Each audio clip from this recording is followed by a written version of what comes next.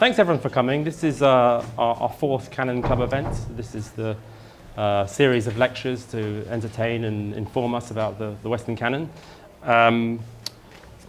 We've responded to consumer demand, so we will have drinks afterwards in the bar. We'll make sure these are actually mandatory, so everyone has to come along. It's been a while since the last one, but we will be having more and more events in the future. We've got some funding, so I would just like to say, Will and Alice have been running it so far, and there's Ollie on cameras there. But we've got Millie and James, who's coming a bit later, who will be sort of taking it further as well. Hopefully we'll be taking it across the whole country a bit. So tonight, this is our first architecture event, so it's very exciting. The subject tonight is Andrea Palladio, who's considered one of the most influential architects in the Western Canon.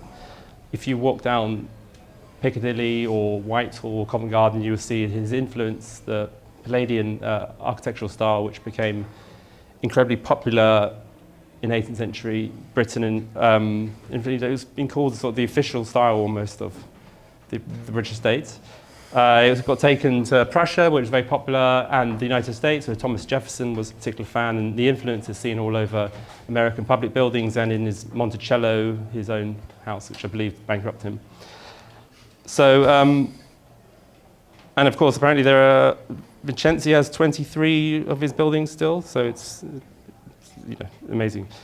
This is a fascinating subject because architecture always has historical significance, and this is a subject that deals with one of the most interesting and the sexiest subjects of all, which is the Republic of Venice and the Renaissance, and with it the legacy of the Roman Empire and its influence on early modern Europe and the way we see ourselves. And Palladio himself is a very interesting character. He came from a very humble background. His actual real name was basically Miller in Italian. And yet he became this incredibly influential, important, and celebrated architect across Italy, and then had this influence across the world. So we're delighted to have with us historian Alexander Lee, who's come all the way from France just to see us, sort of.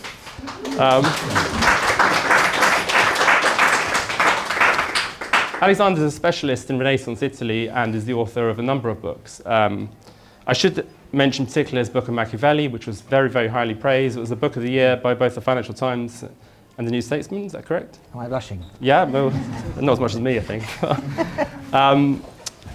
So he's you're a fellow at the Centre of the Study of the Renaissance at the University of Warwick, and you've 2 degrees from Trinity College. Is that correct, according to your bio? And you're currently at Lyon, right?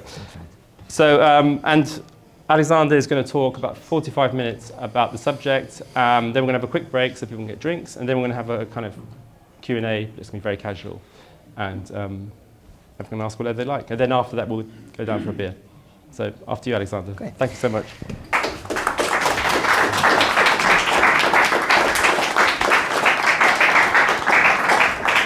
I had a glass of water a minute ago. Thank you very much indeed, Ed, and thank you very much, everyone, for being here on such a hot and sticky night. I hope that I'll be able to give you some refreshment for the soul, if not for the body, at least. As Ed said, Andrea Palladio is one of the best known and most widely imitated architects in history.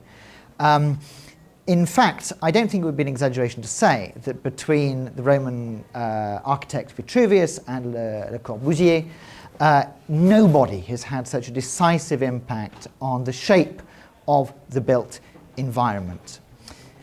Just today, I was in a bookshop. I opened a book, a biography of Sir Edwin Lutyens, and just by pure chance, I fell upon a letter he wrote early 20th century, which began, and I kid you not, with the words, "In architecture, Palladio is the game." Even today, his influence is really everywhere, including in London today.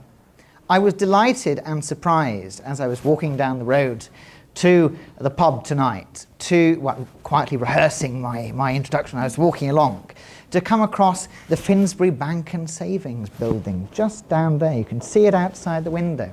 Very late, 1846 I think, so a very, very late building, but a building which nonetheless still displays Palladio's influence. A clearly defined facade, split into three parts, the central portion of which protrudes slightly to give it emphasis.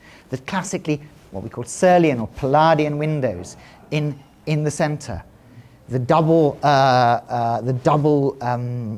of pilasters on either side to give weight to the lower story. It's all there just down the road. What more could you ask for as an illustration of this man's influence? Indeed, so pervasive is his impact on our visual imagination, of our imagination of how grand buildings should be constructed, of the country house, of how architecture relates to the natural environment, that today it's quite difficult to imagine what our world would look like had Palladio never existed. But who was this guy called, or not called, Palladio? How did he come to develop this style which has so shaped our world? And why did he, in particular, have such an outsized influence? Well, the short answer is, it's complicated. There was nothing certain about it. There never is in history. It's been said with some reason that when Palladio was born in 1508 in Padua, he was born in the perfect time and the perfect place. And that's not untrue. The Venetian Republic, of which Padua is just there at the bottom of the two little spots, so the quality is a bit bad. The Venetian Empire, as it then was at its greatest extent. This is the peak of its imperial age. Its territories comprised both a land empire stretching as far as Bergamo, Brescia, and a little bit beyond to the banks of the river Adda, and an overseas selection, or a selection of overseas colonies as well, Cyprus, Crete, the Peloponnese, etc. However, it's an empire in crisis. Venice is in the grip of the Italian wars. Armies from across Europe, France, the Holy Empire, Spain, are rampaging through its lands, causing chaos. At the same time, Venice is undergoing a period of cultural efflorescence unlike any other moment in its entire existence. Just the year before Palladio is born, Gentili Bellini dies. Dürer has just completed a formative period in the city. Titian is getting started, and Giorgione is at the peak of his talent.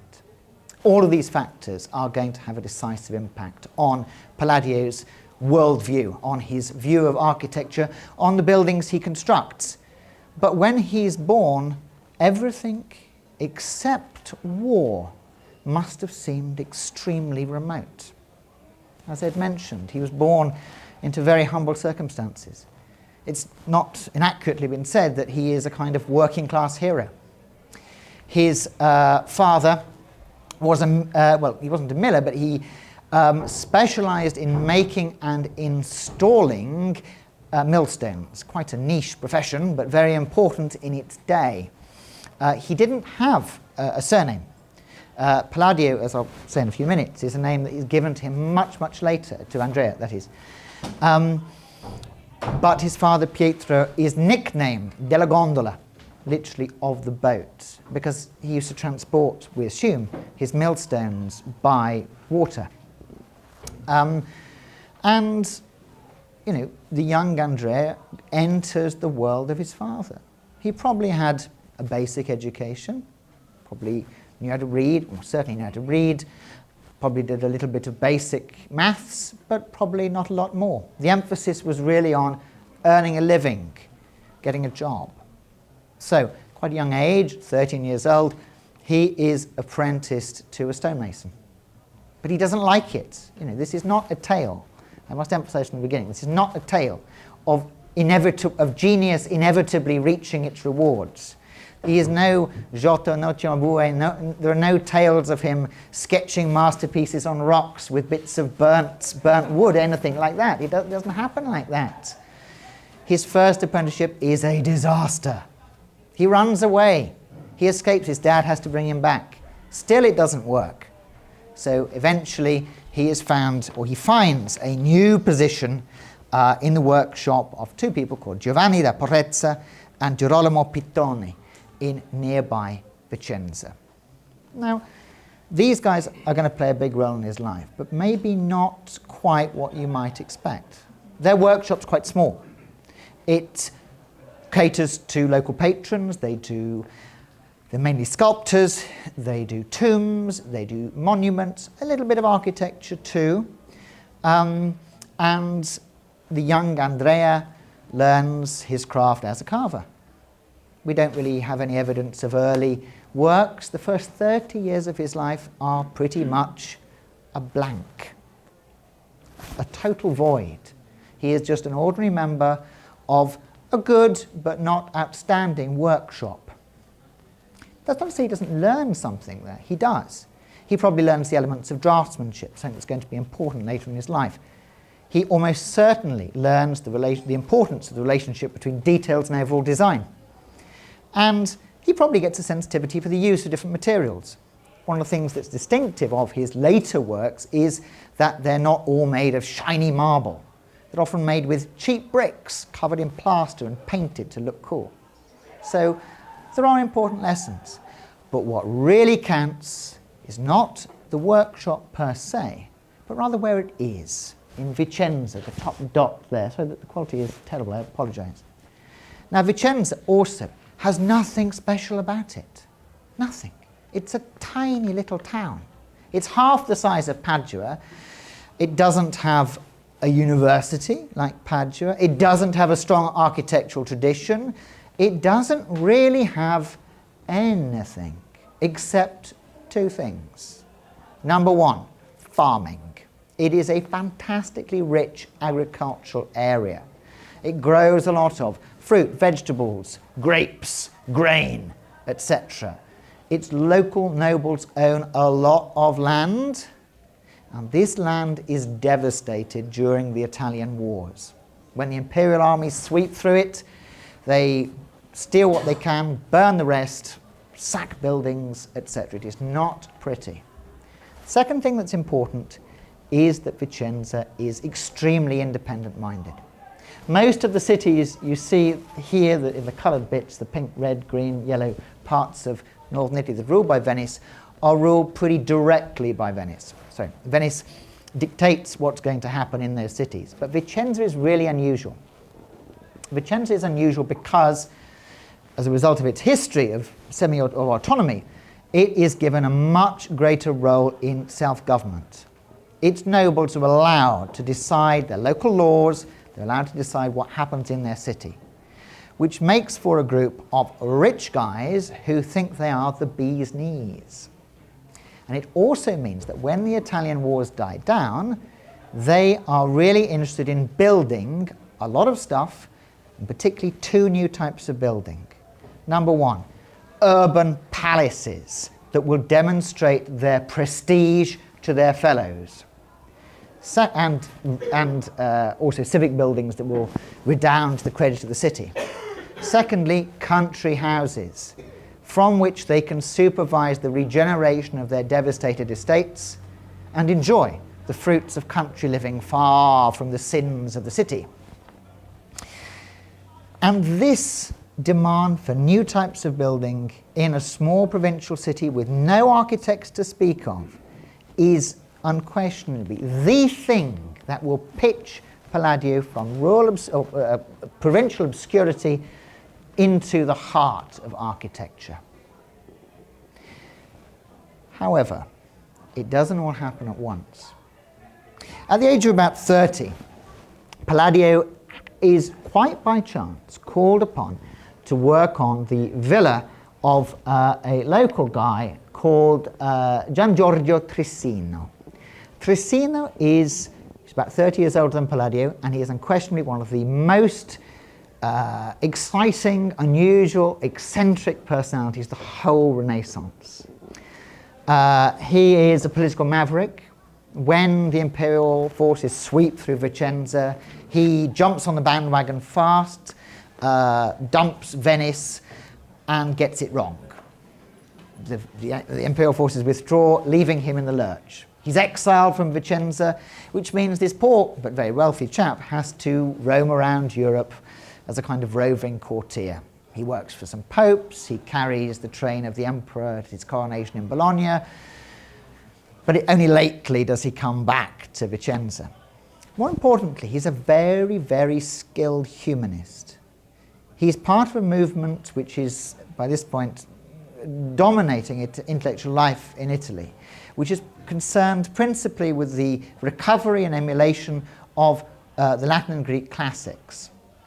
He writes what is almost certainly the first modern play to respect the ancient rules of tragedy, the Sophonisba.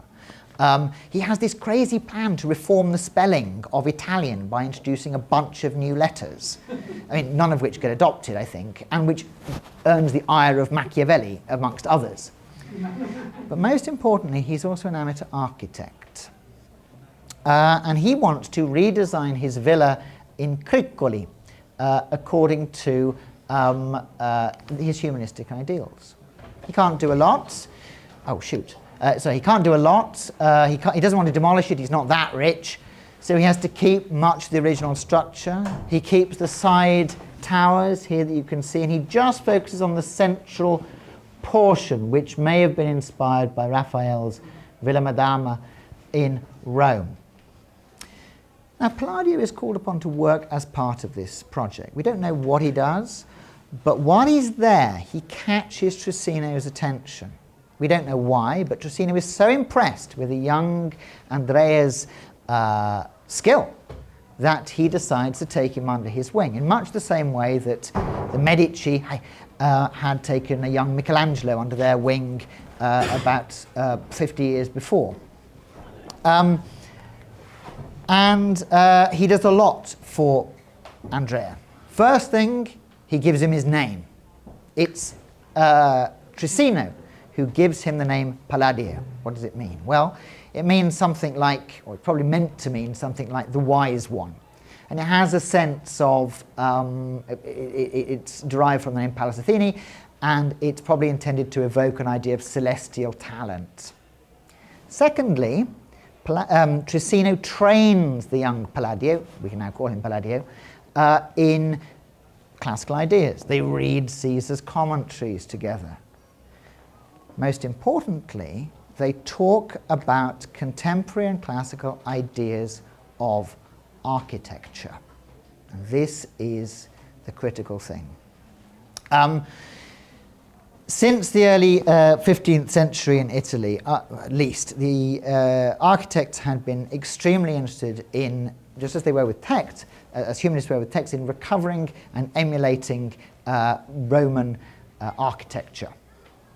They adopted Roman columns or classical columns and non-classical columns as well in their works. They introduced domes, etc., and lots of other little details. On some very rare occasions, they model buildings after Roman remains directly. So Bramante's Tempietto, for example, in Rome is celebrated at the time as being as close as you could get to a Roman temple, Roman circular temple, as one could imagine. But apart from that, they don't. They take classical elements, columns, domes, whatever, and they try to do different things with them. Why? Well, because they don't have obvious models for what they're trying to build. These architects from the 15th century onwards, Bramante, Sangallo, Raphael, Michelangelo, etc., what are they building? They're building private houses. They're building churches. They're building civic buildings. They don't have any obvious classical remains for those. Okay, they've got a few late antique bits and bobs, mostly in Northern Europe, a few bits and bobs from late antiquity in Milan, maybe. but nothing from the late Republic, for example, nothing from the early Empire that they can use as a model. So what do? They use, or they're inspired principally by the principles they find in Vitruvius's De Architectura, written in the 1st century BC. I'm not going to give you a whole breakdown of this because it is too long and frankly too boring, but this is a compendious account of how Romans did building. But underlying it, they talk about the different orders, the types of columns, the 3 classical types, Doric, Ionic, Corinthian, to which were added by later theorists like the Florentine, Leon Battista Alberti, the composite form. But underlying the whole thing is a belief that architecture is at its most perfect when it imitates nature. What does that mean? Well, and I'm simplifying a bit here, for Vitruvius, a building needs to have 2 main characteristics, and for any classicists in the room, I am really simplifying here. The first of these is dispositio. That's to say that a building must not be built higgledy-piggledy. It must conform to a coherent plan. Number 2, it must be symmetrical. Now, what do we mean by symmetrical? On the one hand, yes, by symmetrical we mean the same thing as we mean today. That's to say something that balances about a central plane or a central axis. But it also meant for Vitruvius that a building was based on a common unit of measurement and on a common set of ratios. What you do is you take a common unit, usually the width of a column, and you use that as your base. You multiply that by a series of so-called perfect numbers to get the height of the column, the height of the facade, the width of the facade, the dimensions of a room, everything. So everything is in proportion to everything else. So you might ask yourselves, what does this have to do with nature? Well, where do we get these perfect numbers from? For Vitruvius and for his later imitators, his text, the Architectura, I should have said, was recovered in 1415 by Poggio Bracciolini, so it's really in the mix in the 15th century.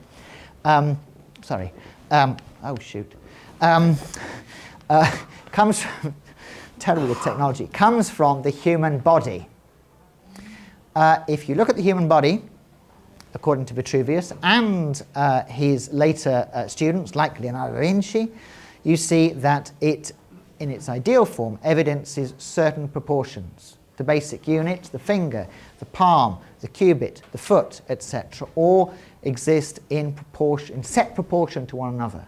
4 fingers make a palm. I have to check the exact figures because I always forget these. 4 palms make a foot. 6 feet, big feet, make the height of a man. Now, if you multiply these out and combine them in imaginative ways, you get your perfect numbers. You multiply your base units by that, you get a house that can be composed of measurements, dimensions that are consistent. Now, why does this matter? Who gives a damn? Why are we using the body? Well, it all comes down to the idea of harmony, really. It was thought by Vitruvius and his later imitators that if you make a building that consists of base measures that are multiplied by these perfect numbers coming from the human body, then the building will be in harmony with the people who inhabit it, and it will be nicer to live in. The same idea, according to the Florentine Leon Battista Alberti, is true of music.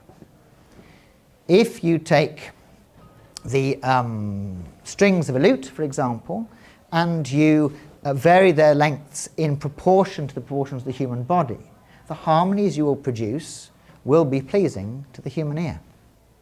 You could take this even further. Harmony, for the Renaissance mind, terrible expression, but I'm going to use it anyway, is a quality of God. Disunity, discord, comes from sin. It is the product of the fall. The more harmonious something is, the closer it is to God. You produce a harmonious building, you produce harmonious society, you approximate the perfection of God. and in some esoteric way you are brought closer to that unifying oneness of creation. So, Palladio gets from Trissino this idea that perfect buildings are defined by proportions that imitate nature. Cool. But what he's lacking is a sense of how you use this.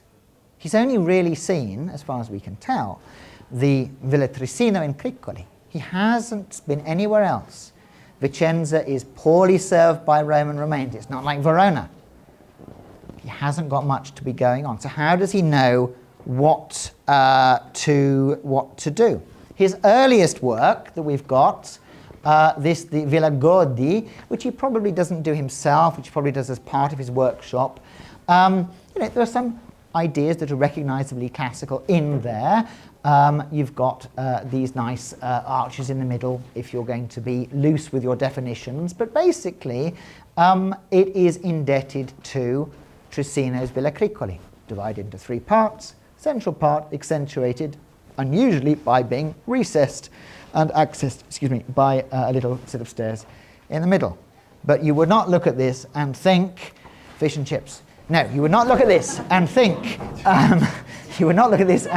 this is somebody who is a good student of Roman architecture. So he needs something to be going on. Now, he did get some insights. In the late 15th century in Vicenza, the centre of the town was what's called the Palazzo delle Ragioni, literally the Palace of Reason, known locally as the Basilica. And this is the centre of civic government. It's where the courts are, it's where the councils meet, it's where all the big decisions are made. Problem is, part of it collapsed in the late 15th century. The inner core is intact, but the outer decoration, the loggias that are there, are fatally damaged. And to repair them, in the hope of repairing them, I should say, the Byzantine government invites lots of prominent architects to come and consult. All the big names come along at one time or another. You get Giulio Romano, Jacopo Sansovino, Sebastiano Serlio, etc. They all give their advice, they all leave drawings, they leave some of their books. Sebastiano Serlio writes a very influential series of books on architecture. And it's possible that Palladio met them. Certainly he came across their drawings, and certainly he imitates them, he sketches based on their drawings quite enthusiastically over the months and years that follow. But drawings are not buildings. So, what does he do? Well, Trissino comes to the rescue. Most of the big questions in Palladio's life can be answered with the word Trissino. And in this case, Trissino takes Palladio on two trips.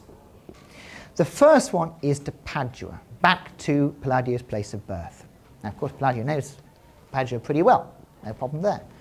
But when they get to Padua, they meet one person who will change Palladio's life, one of four major people in his life.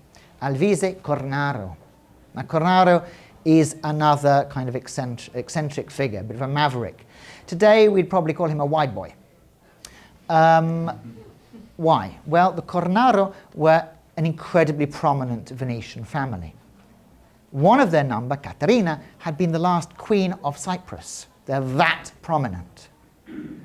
Trouble was, Alvise here was not really a Cornaro. He was born Rigo or Righi, and his dad was a publican. He kept an inn. But his grandfather, sorry, not his father. But Alvise made a lot of money off land, and he rather fancied himself as something more. So he invented a story to explain why he was like a forgotten Cornaro. Cock and bull story, but it kind of worked, strange enough. He even married, if memory serves, a real Cornaro eventually. Like Trissino, he's also kind of a clever guy, and he also writes some unexpected books. He writes a book on water management, land reclamation, and another one, bizarrely, on how you can live to 100 years old if you follow a certain diet, in an early modern self-help book. But why he's important, again, like Trissino, is because he loves architecture. In the gardens of his palace in Padua, he has constructed, by a Veronese architect called Falconetto, 2 buildings. On the left you can see the loggia. Originally it was only 1 story, but later the top story was added. This was intended for walking and talking. It may have also been a backdrop for theatrical productions. It may also have provided the immediate inspiration for Trissino's Villa at Cricoli, so back to the sources, really. Perhaps more importantly, on the right, this thing called the Odeo. Now, the Odeo, the Odeon, if you like, it's not like a cinema, like you'd expect. It's a musical entertainment centre, really. And what's important about this is because it's the first time that Palladio has really seen this idea of harmony between a building and its inhabitants, a building and its function, a building and music physically in front of him. But perhaps most important is what Cornaro writes. Like basically all of Trissino's friends, he too wrote a book about architecture. And this was very unusual. Trissino, for all his maverick ways, was quite rigid, quite straight down the line. He had a very inflexible view of classicism and the imitation of Vitruvian principles. Cornaro was very different. He was a seat-of-the-pants guy. He said, yeah, Vitruvian ideas of proportion are great. Use them if you can. But what matters more is that you build a house that is cost-effective, not cheap, but cost-effective, that is comfortable and that's practical. So, it didn't matter if you used elaborate ornamentation. It didn't matter if you set aside proportions in pursuit of a bigger goal. So you don't have to be slavish in your use of proportion. You don't have to use classical columns. You don't have to use classical domes if it doesn't serve your purpose. They are tools to be used, not rules to confine. So we get the idea from Cornaro that classicism can be flexible. It can be at your disposal. The second trip that he takes with Trissino is no less important. He goes to Rome. This is the first of about 3 trips he takes to Rome. He even writes a guidebook to Rome eventually. He doesn't like travelling. He really finds travelling hard. Most people in the 16th century did. Even Machiavelli, who loved travelling, hated the physical element of it, really. Nor was Rome terribly accessible. Today, if you go to visit the Forum, it's great. Everything is beautifully laid out. It's cleanly labelled. It's nicely excavated. But in the early 16th century, everything is half covered by 2 millennia of alluvium. And the Forum itself is used for grazing cows, so it's not as impressive as you might think. However, Palladio is bowled away. He is deeply taken with Roman remains. He studies them absolutely intensely, and also modern buildings as well. So, by the time he comes back from Rome, what has he got? He has got his idea of a Vitruvian proportion. He's got his idea that you can break the rules if you want, and he's got a good sense of what Roman architecture and modern architecture looks like. What he does not have, and he also has commissions. Trissino gets him introduced to lots of their friends who want buildings made. What he doesn't have is any idea how to put all these parts together. In the early 1540s, he undertakes a series of commissions which are remarkable only, well, for lots of reasons, but mainly for their stylistic diversity. They're all quite simple in profile. Most of them have a tripartite division, but there the similarity ends. I'll give you a couple of examples. Take this one, the Villa Valmarana Bressan. It's extraordinary. You're probably looking at it wouldn't think, oh, that's a Palladio. Not at all. It's incredibly basic. Divided into 3 parts, despite its very, very regular format. The central part recessed only by about 3 or 4 centimetres, just enough to give you a sense of depth. In the centre, this is what I mean by a Serlian arch. You've got an arch a central arch supported by 2 full columns, which are separate from the framing wall around it. And that is basically it. Very, very simple. Quite a regular arrangement of rooms, but unadorned. Contrast this now with another building from about the same time, the Villa Pisani in Bagnoli dell'Onigo. Tripartite again. The front facade divided into 3 parts, but this is much closer to Ticino's Villa at Cricoli. Towers left and right. In the middle, 3-arched a loggia, rusticated, topped this time by a temple-like pediment, totally unlike Valmarana Bressan. And at the back, again, totally different. You think when you look at the left and the right bit, it's just like any other Renaissance building you'd seen. Regularly arranged windows, relatively simple, but arranged in accordance with the principles of proportion. But in the middle, what's going on here? At the top, you've got what's called a thermal window. A thermal window because he takes it from Roman baths, so Roman baths. And then just below it, a door which is weirdly placed and looks like it is a drunken window that's just fallen over on its way to opening up.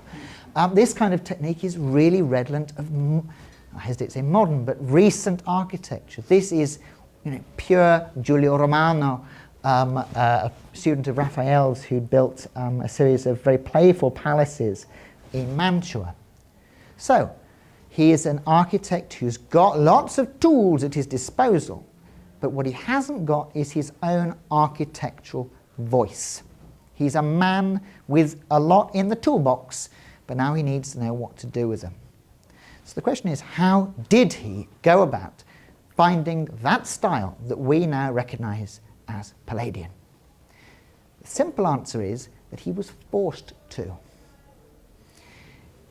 From the mid-1540s onwards, he undertakes a few projects which oblige him to confront very, very challenging problems that need deep thinking about what architecture is and how it works. The first one, there we go, is the Palazzo delle Regioni, the Basilica in Vicenza. Thanks to the influence of some of Trissino's mates, Palladio gets the commission to redesign the loggias around the outside. As part of the Pedimura workshop, I should say, he's not completely alone. Now this is a really, really, really prestigious commission. He is no doubt very pleased with himself, but it's a very difficult problem. Why is it difficult? Well, inside, you probably can't see it very well, it's dark, but inside, the core is still intact, but it's very, very, very irregular. The doors are placed at irregular intervals. The windows, such as they are erratic. So, given that he has been commissioned to design a classically inspired loggia around the outside, what's he going to do? He has a choice. Is he going to ignore what's inside and produce something completely regular, meaning that sometimes when you exit from a door inside, you might run straight into a column or something else? Or is he going to try and respect the irregularity of the interior, despite the fact that's going to make it look higgledy-piggledy from outside? His solution is as simple as it is brilliant. What he does is he combines ancient and modern ideas in a systematic way. The secret is in these bays. He divides the whole structure up into these bays. Let's look at them individually. Each of these bays, Doric columns at the bottom, Ionic on the top, has two elements. First of all, you have half columns supporting what's called an entablature, like a lintel across the top. Fine. Inside, you have a Serlian arch. Now, why is this so clever? Because you can vary the distance between the inner column and the outer half column. Why is that clever, I hear you ask? A child could have drawn that. Aha! There's a secret. The secret is a optical illusion. When we look at this, every single one of the interior Serlian arches is identical, same width. When we look at it, we only see the regular interior arch. The eye does not perceive the fact that these distances are mostly different. So you have an irregular surface that the eye perceives as regular. Also, because you have a lot of space, it gives the whole a sense of lightness and transparency, which is wholly appropriate to the home of civic government, which wants to be seen as above corruption, completely transparent, etc. But for Palladio, what this does is it shows him that in order to arrive at any kind of architectural solution, he needs a holistic approach. He needs to look at things systematically and be willing to combine the classical and the non-classical in just the way that Cornaro had argued. So, fine. What's the second problem? The second problem is much more subtle, and it appears only gradually in the course of the later 1540s. It's more concerned with private homes. A good way of approaching it is via this example, the Villa Chiaricati, which appears is designed in 1550. And looking at this, you might think, well, that looks quite nice. I don't see what the problem is. It is a pretty successful building. 11 bays wide, divided into 3 parts, very neatly. Central section protruding, lodges broken up by apartments in the middle. The ends of the lodges, quite interestingly, very Palladian move, are terminate in arches rather than more columns. That's an idea he had taken from a building in Rome and that he will later use to great effect. We'll talk about that later. So what's the problem? Well, what's important is not what's there, but what's not there. When he originally designed the building, so this is an appalling photograph, but you get the basic idea. When he originally designed it, it had a pediment at the top, which for one reason or another, I'm not really sure why, was never built. Now, who cares about a pediment, you might think? True enough, in the early 16th century, pediments were not completely unknown. They had appeared in a villa built for the Medici in the 1480s at a place called Poggio a Caiano, and Palladio himself had used them in some of the villas we've talked about already. So what's the big deal? Well, for many of the earliest Vitruvians, pediments were reserved for special uses. Leon Battista Alberti believed that the Romans had used these triangular pediments only on temples dedicated to the gods. Therefore, he reasoned, they were only suited to churches in the modern day. They were not suitable for private residences. Now, this is problematic because Palladio thinks they look great. But it raises the question of, is Alberti right, number one? But number two, it also raised the question of what is fitting for a private home. How do we express decorum in a private home? Now, the solution to this is not immediately obvious, and it isn't something that comes to him very easily. When the solution comes, it comes thanks to the intervention of 2 more exceptional people. These guys, a pair of brothers, Daniele and Marcantonio Barbaro. They are different from Trissino and Cornaro in one important respect, and they are the real deal. These are Venetian patricians. They're blue bloods, the bluest of blue bloods. They really are. Daniele starts as a diplomat. He starts out in England. He is the Venetian ambassador to Edward VI. His brother, a bit younger, later becomes ambassador to France and the Ottoman Empire. They're also extremely learned people. Daniele is, although he later becomes a churchman, he is also a noted Aristotelian scholar. He once said that if he were not a Christian, he would surely swear on the books of Aristotle. He was that keen on Aristotle. They inherit between them a country estate at a place called Mazer, and they, like many people at the time, want to rebuild the house and they ask Palladio to help.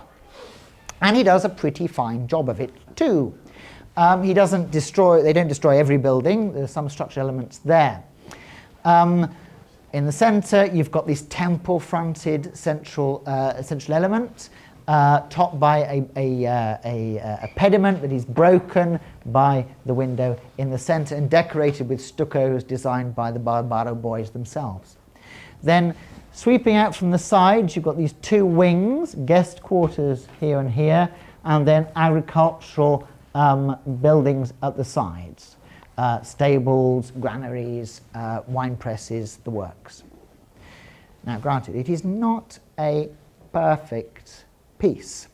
There are problems with it. Because Palladio, like most architects of the time, works from plans and elevations, he doesn't fully appreciate how it will look from other angles. When you see pictures of the villa at Mazet, the Villa Barbara at Mazet, they're always from the front. Because if you take them from the side, it looks weird, really weird. And that's because he's planning them out like this. So it's not perfect at all. Also, at this point, Palladio loves cross-shaped central halls. It just doesn't work. It just doesn't work. It's too narrow. It's too high. It's functionless. So it's full of problems. But what's important is what is happening while he's building it. Daniele Barbaro conceives the idea of doing a new commented edition of Vitruvius's book on architecture. And he asked Palladio to do the illustrations. Lovely, you might think. What is new about this? Well, what is new is how Daniele Barbaro interprets Vitruvius. He too agrees that the key to perfect architecture is the imitation of nature. But he understands that in a completely different way. What he means by the imitation of nature is influenced rather by a version of Aristotle's scientific method. Aristotle, in most of his scientific works, had, and I am really paraphrasing again here, generally says that if you want to understand, for example, what a toad is, what you do is you look at lots of specific examples of toads and you try and find what is in common. You find the ideal type of a toad by looking at specific examples. So with buildings, if you want to understand what a temple looked like, you've got to go and you've got to look at temples and you've got to work out what they share in common. Now you can make mistakes, no bones about that. You can make mistakes with that. You could get an idea about something which later turns out to be wrong, but you're so proud, so arrogant, so cocky that you don't admit your mistake and errors creep in. So, Barbaro says in a very Aristotelian way, you need to make sure that you are guided by virtue. Virtue will keep your mind on the straight and narrow. Why is this important? Well, this is important because it moves the idea of perfection, the imitation of nature, away from just cold proportions and moves it towards looking for an ideal type of architecture derived from the observation of remains. And secondly, it makes architecture a moral enterprise. Now, Palladio absorbs this. When he's doing the illustrations, he goes to Rome at this time, I think at least once, maybe twice, if memory serves, to really start making observations and producing ideal versions of all the buildings to which Palladio refers. And in doing so, he comes to two important conclusions about the nature of buildings. Number one goes back to the pediment. He discovers that, in actual fact, Alberti was talking rubbish. That it's nonsense to suppose that pediments were only used on temples. In actual fact, they derive from the early history of man. If you today get marooned in the countryside and you don't have, car keys or an Oyster card or whatever, and you need to build yourself a shelter with sticks and leaves, what is that shelter going to look like? It's going to look like a tent-like structure. This, according to Palladio, and Vitruvius actually, is how buildings first started. The pediment form reaches back the earliest forms of structure. So when people moved away from their brutish origins and gathered into villages and towns and cities, they took this with them. They used it to build public buildings and temples, true, but lots of different types of buildings. And because it came from a time when they were living, as virtuous savages before the corrupting effects of society, they were associated with a life of virtue as well. So Palladio, from this point on, uses pediments whenever he can, for everything he can. Not on everything, but he uses them a lot. Secondly, how buildings are formed and arranged. He derives the idea at this time, while he is working on Vitruvius again, that the house is a bit like a city. Like a city, a house is composed of lots of different elements, that each of which performs different function, and that are needed for the house, the city, to work. But like a city, you need those parts to be put in specific places to work. If you put the kitchen next to the living room, you're going to have an unpleasant, in a grand public house like this where the kitchens are staffed by 20 people and working 24 hours a day, it's not going to be as ideal as if they were placed otherwise. If you put the stables next to the salon, it's not going to be great. So he works out that rooms should be arranged hierarchically, either arranged around a regular shaped central room, or like here in Mazir, arranged, separated out and spread out. So you have the family, the guests, the kitchen's actually elsewhere, and the working rooms furthest away. You have a hierarchical arrangement. So now he's got everything he needs, really.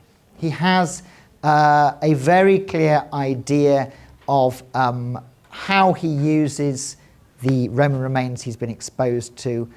He has an idea of ideal types for all the different types of buildings he might want to use. He has carte blanche to combine classical influences with modern influences. He knows how he's going to organize rooms. So from this point on, the 1550s, he is on roller skates. He is in pursuit of the ideal villa.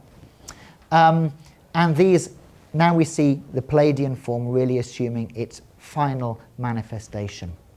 I'll go on to the Rotonda, which is perhaps the easiest example and the best known of all of Palladio's works. In some respects, it harks back to his earliest adventures. The floor plan is perhaps inspired by Cornaro's Odio slightly, but still you can see that you have progressions from big rooms to smaller rooms. You rarely have the reverse. You rarely have, you're going from the smallest room to the biggest room. You have a steady progression. Each facade is divided into three parts. A central portico topped by a nice pediment, each loggia terminating in the arches that we saw earlier, so when it's viewed from the side it doesn't shock you too much. Each facade is approached by stairs, adding to emphasis, and it's topped by, the drawing there is an idealized version, topped by a saucer-shaped dome as well. It's likely that his design was changed a little over time. But in essence, it is a work that is designed to, it's an unusual work in a sense. It's not designed as a principal residence or even a secondary residence. It's a pleasure palace where you go to at the weekends to have a party with your friends. But it embodies the ideal of harmony between the inhabitants. There is no chief, there is no side that is to be preferred over all the others. Just as in a group of friends, there is no leader. You are all one. You all gather together in the circular room, which is an evocation of the oneness of God, enclosed within a finite square, reflective of the finite lives of human beings. Not that, and I'm coming to a close now, don't worry, not that he is purely confined to private houses. In fact, from about this time, the 1550s, when he did the Villa Chiericati, he's been trying to get a foothold into Venice. He's conquered, to a large extent, Vicenza, but Venice is where it is at. It's the capital of the Venetian Empire. It's where the money is. It's where the prestige is. He wants to get into Venice. He puts forward lots of plans for major buildings, none of which are accepted. However, the Barbaros really push him, and he eventually gets commissioned to redesign a convent called the Carità, which Goethe later calls the most perfect building since antiquity. I mean, I don't really agree, but it was pretty impressive. And it was so impressive, we don't need to understand why for the moment, that he was subsequently given lots and lots of commissions to redesign actual churches in Venice. Now, why is that important? Well, it goes back to Vicenza. Vicenza, at the time, was a hotbed of heresy.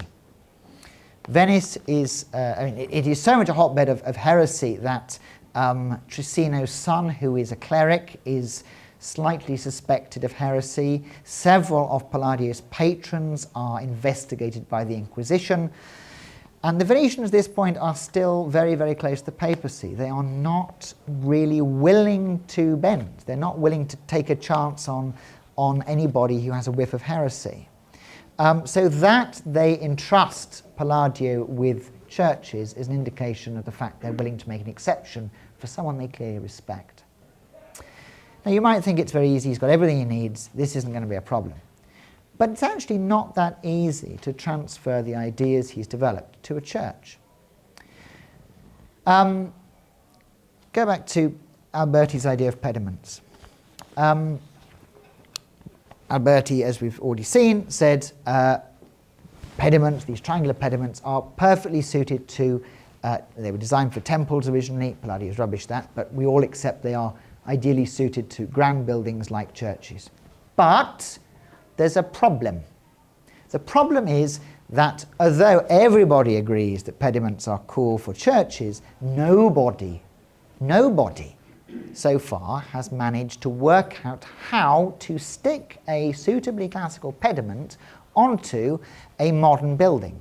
Why? Well, because pediments are generally intended to fit onto a fairly regular profile. Okay? And that's fine if you have like a barn-like basilica of one sort or another. But that's not how most churches in Venice or anywhere in Italy or anywhere in the Catholic world were.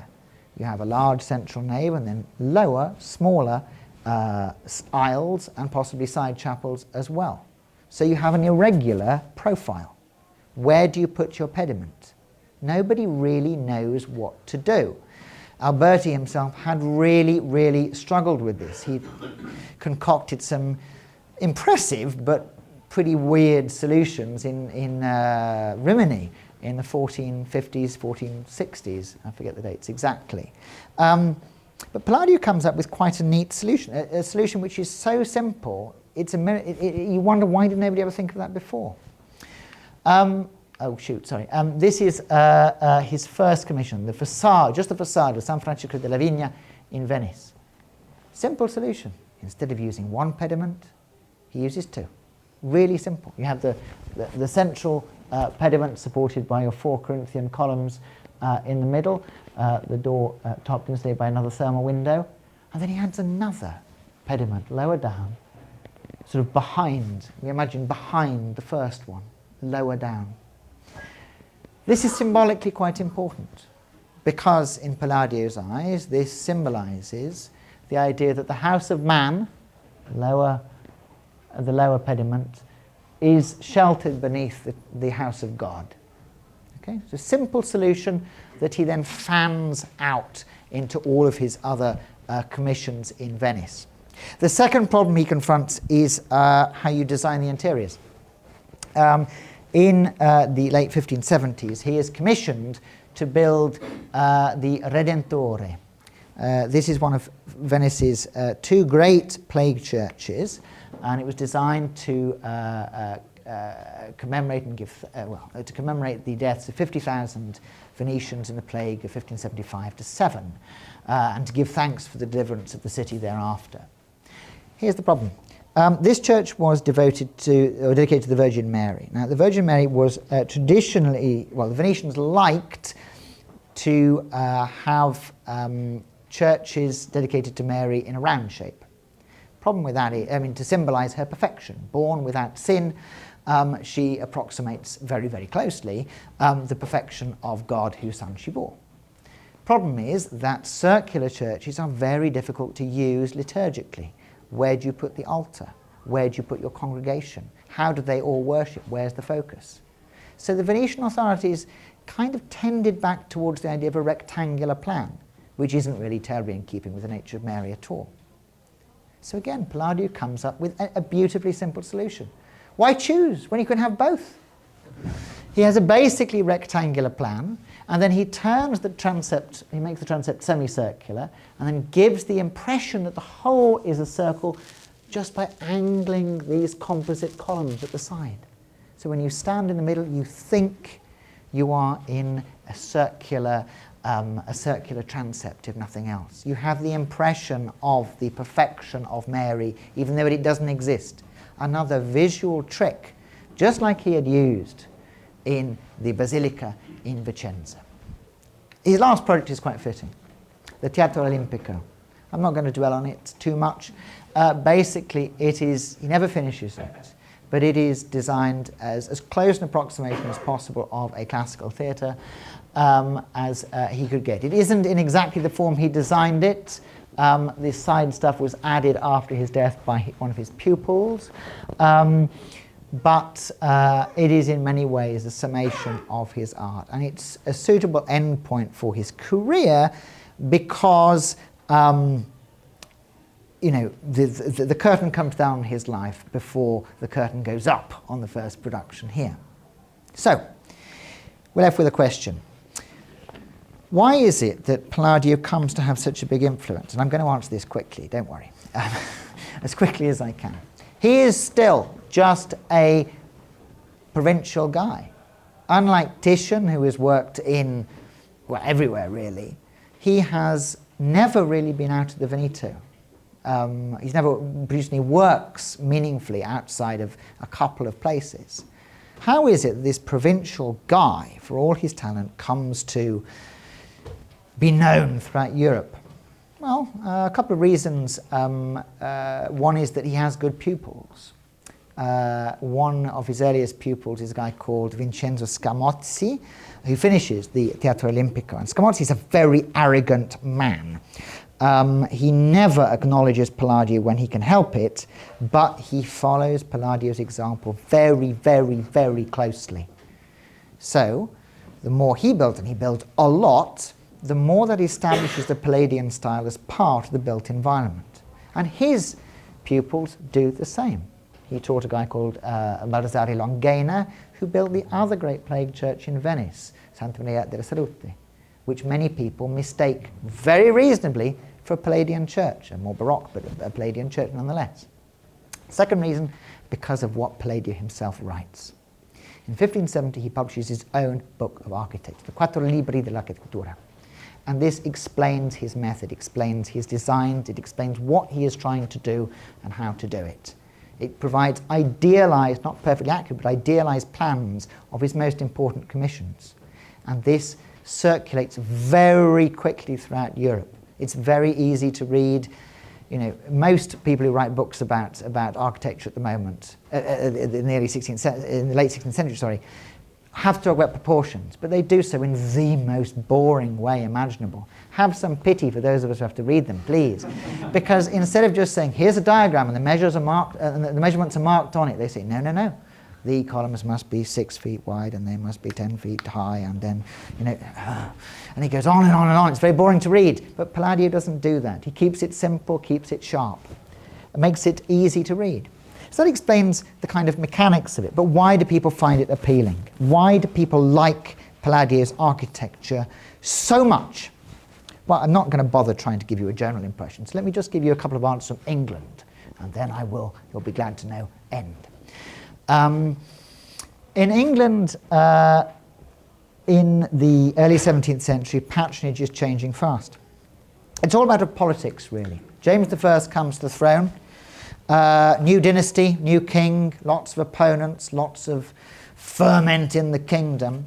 He wants to give himself a sense of legitimacy, to build up a sense of his majesty as the source of authority in his new kingdom. And he means to do that through architecture as well as through other things as well.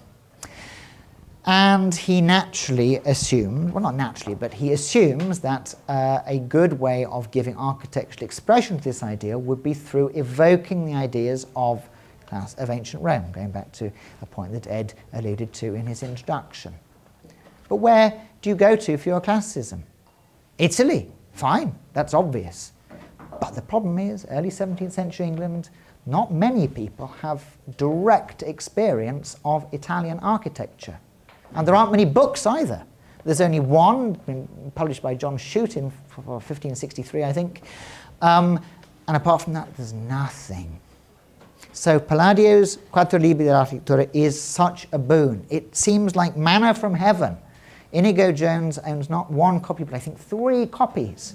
And he annotates them minutely. There's a fantastic, one of them is in Worcester College, Oxford, and it's often displayed, and there's not a single blank space in the whole book that he doesn't annotate somehow. And that inspires Inigo Jones to go to Italy with the Earl of Arundel to study Palladio himself and bring it back, so that he can glorify the court first of James I and then of his son Charles I. So it's really a matter of the politics of kingship. Fast forward a bit and you see exactly the opposite political impulses playing a role.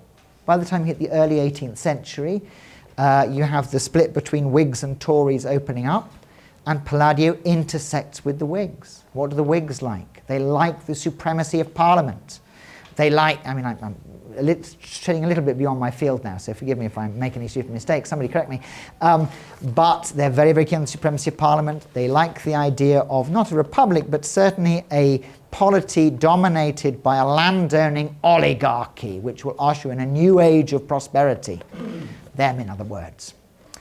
And this encourages a new demand for grand country houses and town houses, which will redound to or reflect the grandeur of this landowning oligarchy, reflect the virtues they attribute to themselves. So you have an opposite political impulse driving the reception of Palladio, because in Palladio, what do they see? They see somebody who builds houses for wealthy landowners in the countryside. Now, nobody in either of these periods is a slavish adherent of Palladian principles, but nonetheless Palladio becomes the lens through which classicism is viewed. So, you might ask, why should we care about Palladio today? Well, I hope after all this talk in this sweats you care a little bit. But I'm not going to give you some spiel about how it's really beautiful and lovely and we should all like beautiful things. That is true. Rather, I think it has something to do with the relationship between buildings and people. It would be quite wrong to say that buildings can change the world. But it is true that buildings provide a stage for social life. They condition, to a certain extent, our relations. They literally set the stage for the play that we act.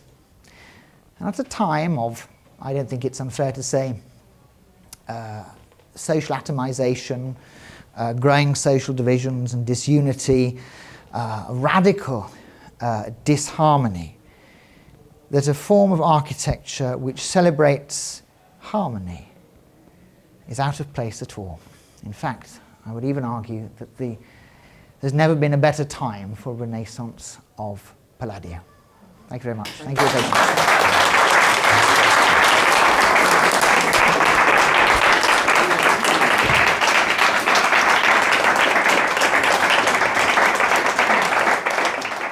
Sorry, but that was very nice outside. We could have stayed in several points, but thank you so much for that. That was wonderful. That was exactly what I had in mind. The Canon Club. This is come the revolution. This is what will be on BBC One on the Saturday night. True stuff. I'm going to pass this is the mic I've got on me. I'm going to pass it around in a bit for questions. But I'd like to start. I'm interested in the idea that so in the 18th century, France and England and the English colonies became especially obsessed with Roman history, Roman culture, and it's had kind of huge political ramifications in France and the United States in particular. Was he? I know the love of classical architecture was driven by an interest in Rome, but how much did he also drive that sort of Augustan moment? Because if you go to the St. John Sloane Museum, you can see there's plans for a sort of neoclassical House of Commons that might have happened. You get this sense that people were very, very obsessed with the Roman world in 18th century Britain. So just to summarise, is this a chicken or the egg question? That's what I'm basically asking, yeah. Is it Palladio driving the interest in classicism in architecture, or is he a product of that, or is his popularity a product of that enthusiasm?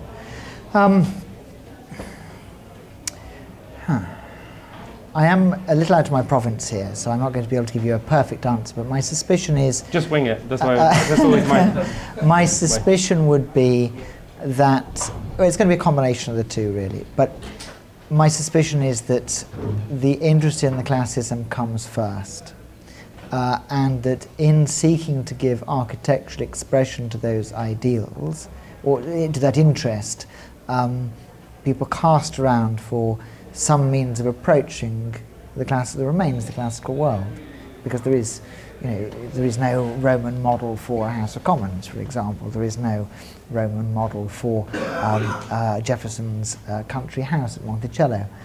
So they need a lens through which to view what a means of understanding the classical architecture thereafter. And Palladio is a very convenient, and already by that stage well-established model for doing so. It is the case that he rapidly, or enthusiasm for Palladio becomes self-reinforcing. So, for example, in England in the early 18th century, there is already a great enthusiasm for Palladian style country houses, particularly amongst Whig landowners. But then I can't remember what it is, before about 1725, I think, don't quote me on that, Colin Campbell publishes a book called Vitruvius Britannicus, which, is, as the title suggests, intended to talk about Vitruvius's revival in Britain. But in this book, Colin Campbell also included beautiful engravings of Palladian country houses as models of what one should aspire to if you wanted a Vitruvian type house. And so it becomes, as that gets a huge popularity, it becomes a self-reinforcing cycle quite quickly. Do you want a country house? Oh, I'll go to Colin Campbell's book, and it's Palladio. Oh, well, Bob Jones down there has got a Palladian style house that he's been inspired by Colin Campbell. Oh, I better have one too, and there you go. If you want this kind of thing, that's where it comes from. But I think I really don't know a great deal about America, full stop, and even less about American architecture in the 18th century. But my suspicion is that if you look at the writings of the founding fathers, the traces of an enthusiasm for a broader classical culture are there and override any kind of pre-existing interest in Palladio. I think that's bolted on to give expression to their architectural expression to their interests. Right. I mean, I just think it's interesting how both most empires, including the United States, if you want to put it that way, model themselves on the Romans, and he gave us a visual idea of this, especially to the British ruling class. Sure. As the 18th century goes on, and they start to see themselves as inheritors of Rome. I mean, even unwittingly, I think Trump. Right. So he's signed this order doing classical buildings. Well, I was talking to a good friend of mine a little while ago who is an expert on the reception of Virgil's fourth eclogue, and we were in Renaissance Italy, and in which the idea of the Golden Age is first articulated. And the idea of this Golden Age becomes integral to the idea of the revival of the Renaissance revival of ancient culture. And Trump, of course, has alluded in several speeches to a new American Golden Age. Now, I don't believe that he is a dedicated reader of Virgil. No way. I might be doing him a disservice. I rule nothing out, but that is there. And you know, you look at that ghastly apartment of his. You still see, you know, architectural echoes of Rome. There's nothing Palladian about it at all, but you see the kind of Corinthian pilasters slapped onto the wall or whatever, as if that is a way of legitimating his position, a way of evidencing his respectability or whatever. I am just waiting for him to commission an enormous Palladian building in Florida. Would be a great legacy. We'll the biggest see. building. Yeah, the best and very golden, no doubt. But that's, you know, one can hope. Anyway, one can hope. I'm just going to untap myself and open it up to the audience. Does anyone want to start? Gentleman Blue, do you want to pass myself? Did Palladius ever visit Ravenna? Was there any Byzantine inspiration, or did he go always straight back to the early Republican and early Empire models in his architecture? Good question. Honestly, I'm going to have to say I don't know if he ever visited Ravenna at all. I also don't know for certain if he even went to somewhere like Milan, where he would have seen more late antique, non-Byzantine architecture. Of course, there are kind of Greco-Byzantine influences in architectural designs at the time. The Greek cross arrangement of churches is still very live. Michelangelo plays with it as a model for St. Peter's, San Gallo as well. So it's there in the mix, maybe not under that name. But I don't honestly know if he has any contact with or direct knowledge of the Byzantine world in Ravenna or anywhere else. But it's an interesting question. It comes down to the question of how much, I suppose, the Renaissance was influenced by the fall of Constantinople and the exiled Greeks there. I don't know what the latest. Well, I mean, this is taking us away from architecture. That the fall of Constantinople in 1453 has an impact on humanistic learning is beyond dispute, because you have this influx of Greek scholars, Greek-speaking scholars, and Greek texts flooding into the Italian peninsula. They've already been coming over for some years. They've been coming over since the Council of Florence, etc., etc. So yes, it does kind of supercharge the interest in learning Greek, the recovery of Greek texts, and the edition and translation of Greek works. No question about that. Does it have an architectural influence? I doubt it. However, don't forget that, you know, this goes back to the question to a certain extent. There is no, I don't think he has any direct contact with true Byzantine architecture in the Exeter, Ravenna, or wherever. But there are Byzantine influences and Greek influences in Venice. I mean, don't forget that San Marco, the Basilica San Marco, is, for want of a better word, a kind of neo-Byzantine structure. Whether that influences him, I very much doubt. I can't think of any direct echoes in any of his works. But nonetheless, that's an interesting point in itself. Why is it that you don't see that? Part of the answer, I suspect, is due to broader cultural shifts in taste in Venice at this time. By the early 16th century, Venice has started to turn its back on its kind of Byzantine heritage, for want of a better word, or many of the Byzantine echoes in Venetian architecture begin to fade out a little bit. Not completely, but they do fade out a bit, and the greater taste for not pure classicism, but more rigorous classicism is present, and you can see that in the Doge's Palace, which is, you know, not at all classical really. If you go the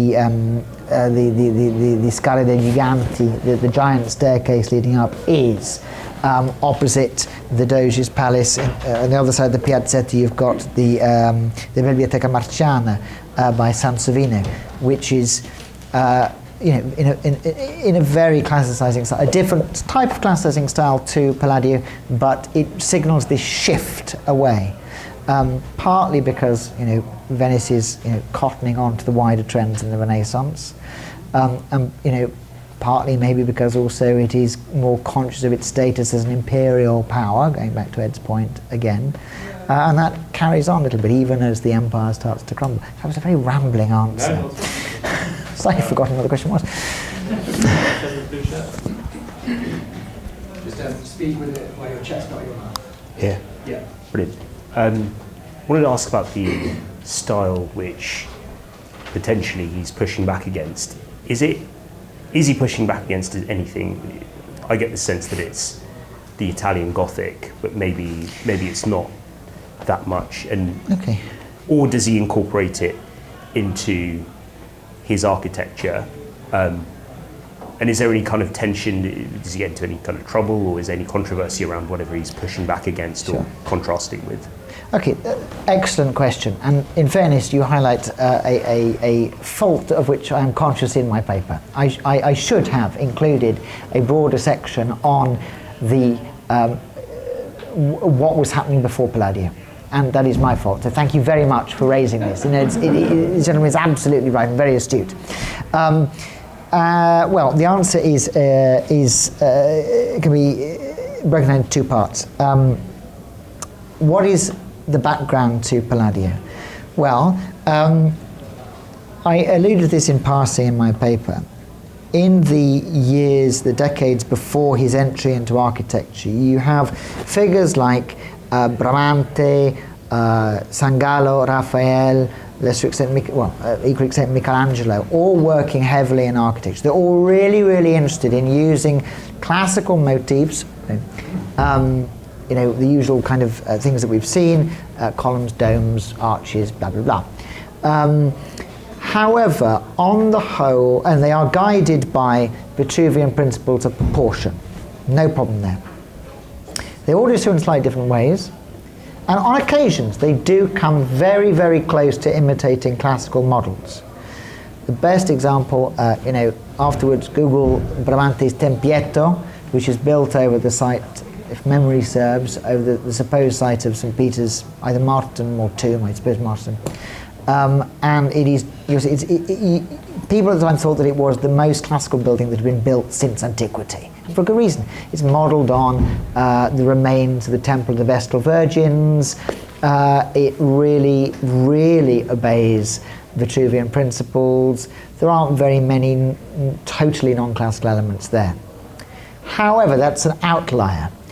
Most of these figures are using classical elements in a new way. As I said in the paper, because they are dealing with types of buildings for which they had no classical archetypes. And they don't have a systematic way of putting together the elements they have borrowed in a more authentically classical way. So, for example, I'm going to make a mistake now. I think it is Bramante who designs. So the Bramante or Sangallo who designs a new crossing point for a church in Milan.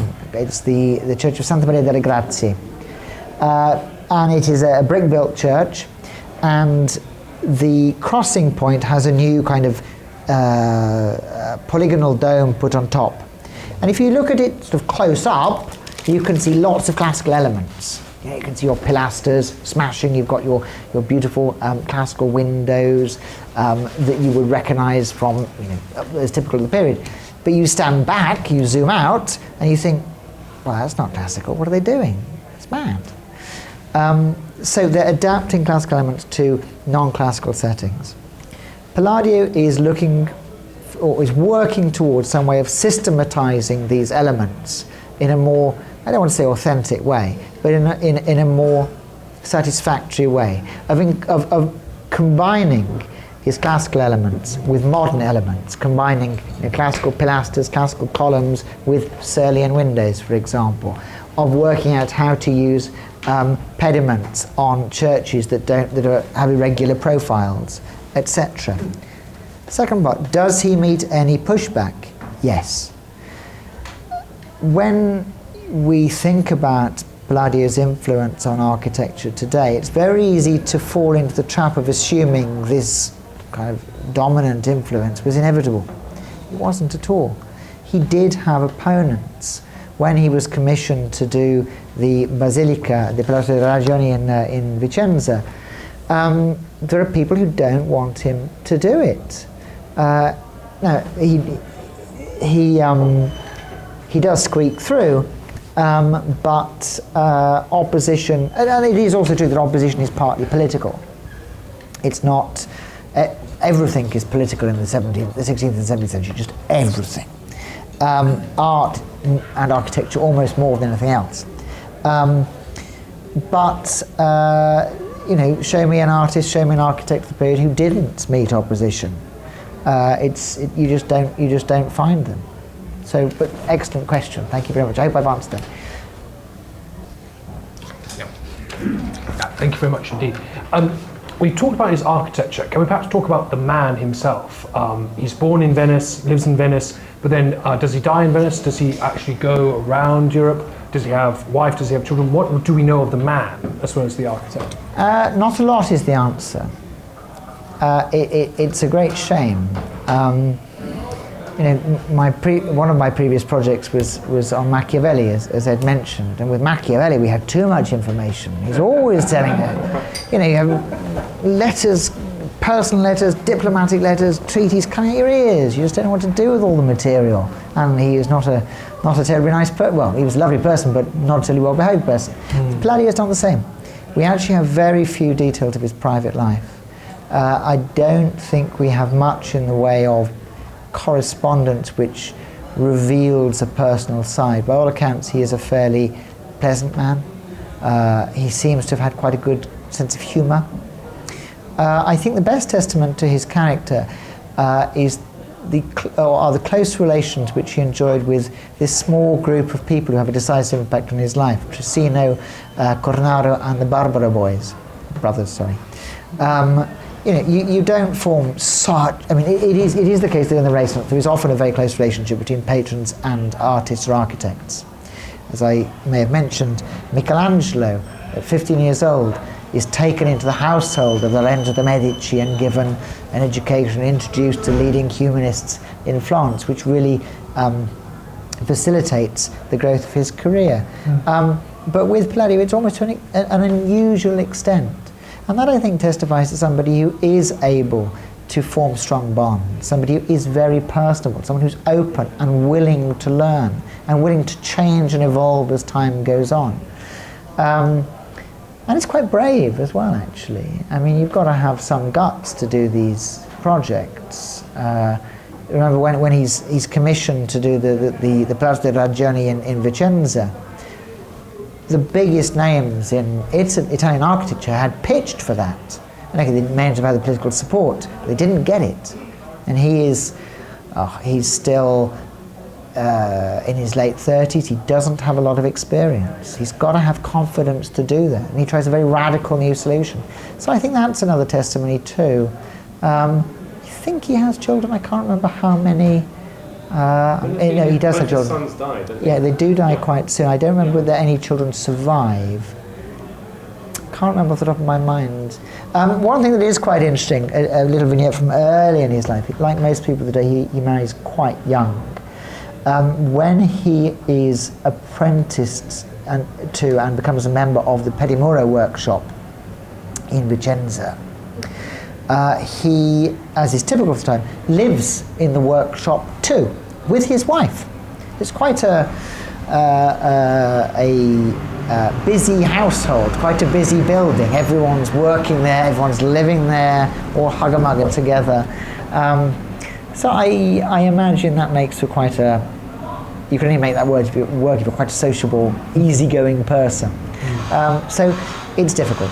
Was anyone interested in the architect as a personality? So I'm sure this one thing. There's a bit Caravaggio had, maybe a bit later, but he had biographies written. I mean, obviously he was interesting because he was a terrible person. But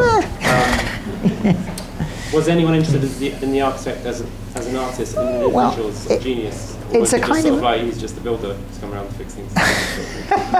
Well, in a sense, this raises another interesting point because, well, it is an interesting point, but it raises an interesting question. What do you mean by a life?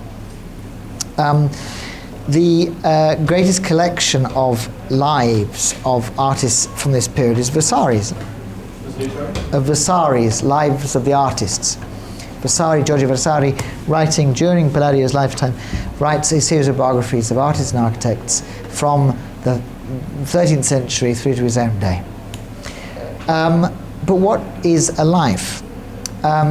He does provide a few, for example, I'm talking about Vasari now, he does provide some little snippets of a person's life, but it's the life of the artist, the life that made the artist. So in a sense, it's almost a modern question to ask, was anybody interested in the man himself? Because I don't think anyone would have approached the life of an architect in those terms. It seems very strange to us because we live in a day when anyone who is famous and celebrated has their, and often wants their private life to be examined in... You want to see the Netflix special about what's going on? The Netflix special. Not so.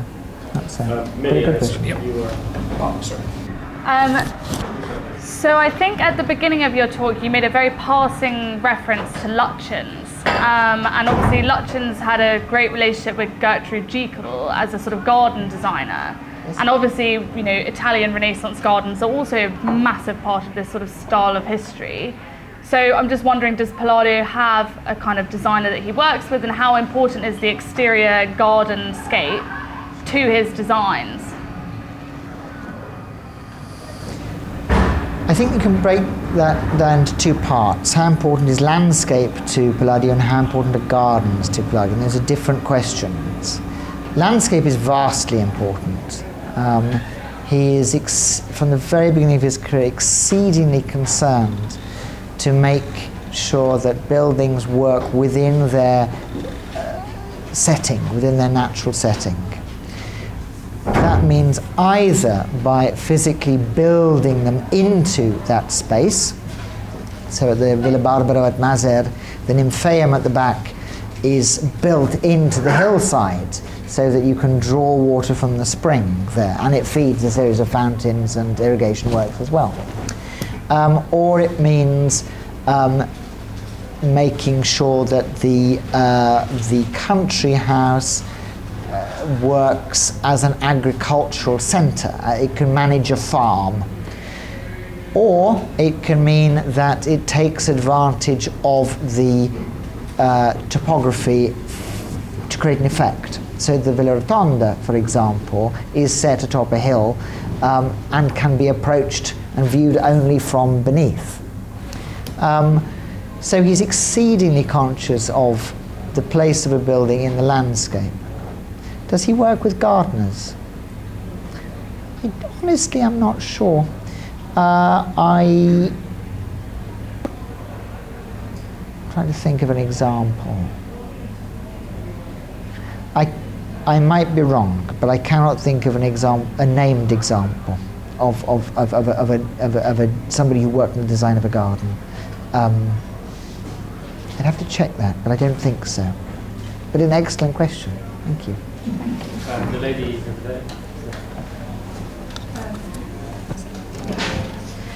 Thank you for your talk. I really enjoyed it, and I'm just going to be kind of bouncing slightly back to the comment about Vasari because it kind of links in with what I was going to ask as well.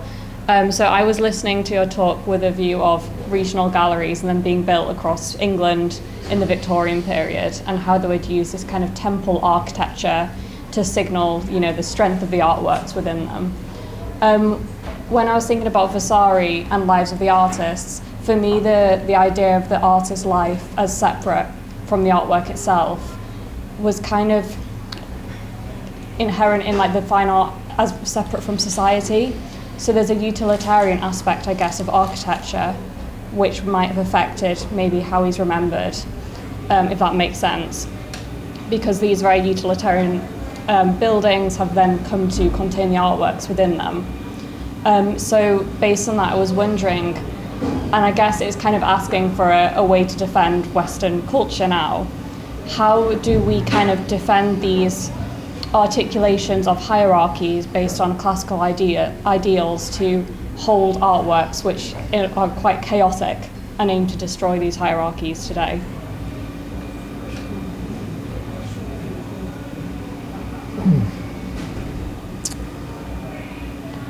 So, just to recapitulate, how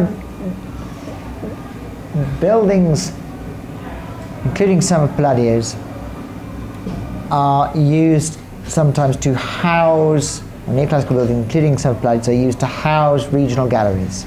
Galleries which include in their collections works which take aim at the principles of proportion, disegno, or whatever, on which the buildings which contain them are based. Yeah. Is this appropriate? Should we? I don't see it's inappropriate. In fact, to be quite honest, I think the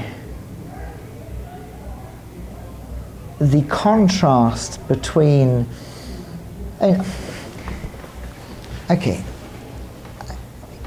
think about any school of modern art. Think about, surrealism. You can't talk about surrealism without thinking about the rationality, or Dada, without talking about the rationality which it seeks to overturn.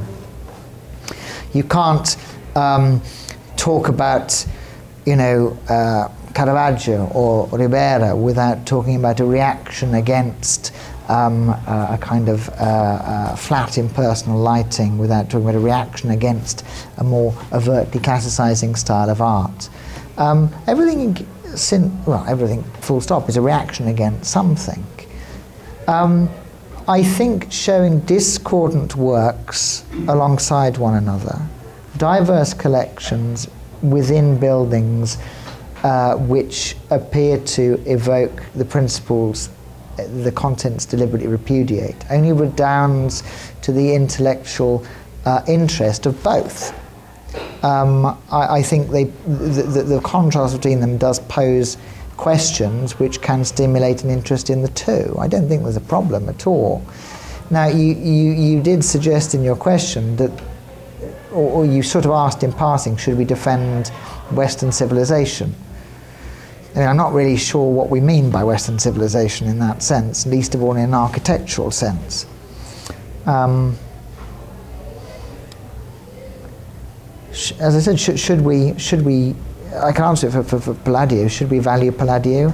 And as I said in my last comments, I do think you can defend Palladio not just as a source of something beautiful. I find his buildings very beautiful and very gratifying to behold and be in. But I don't expect others to share my taste.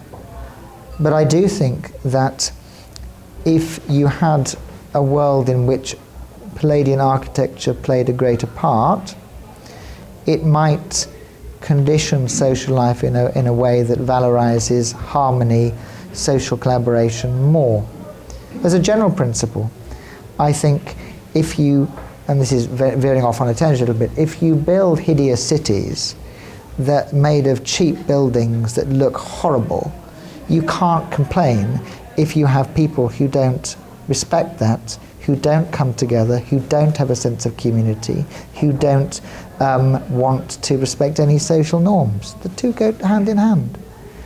If you want to create a beautiful society, you create a beautiful world, in my view.